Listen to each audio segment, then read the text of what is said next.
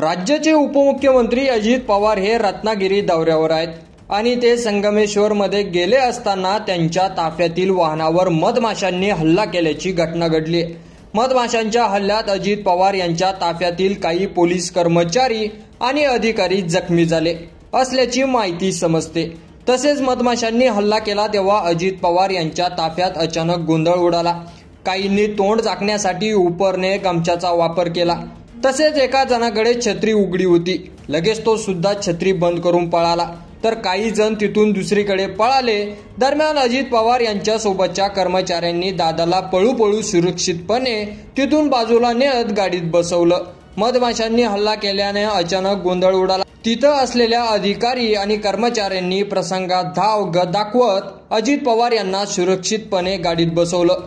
यामुळे अजित पवार हे मधमाशांच्या हल्ल्यातून बचावले। अजित पवार रत्नागिरी दौऱ्यावर असताना संगमेश्वरमध्ये गेले होते।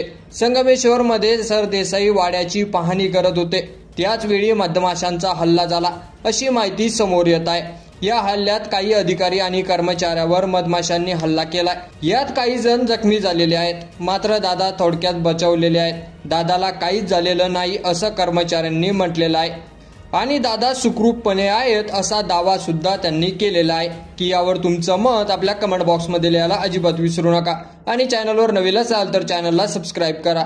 धन्यवाद।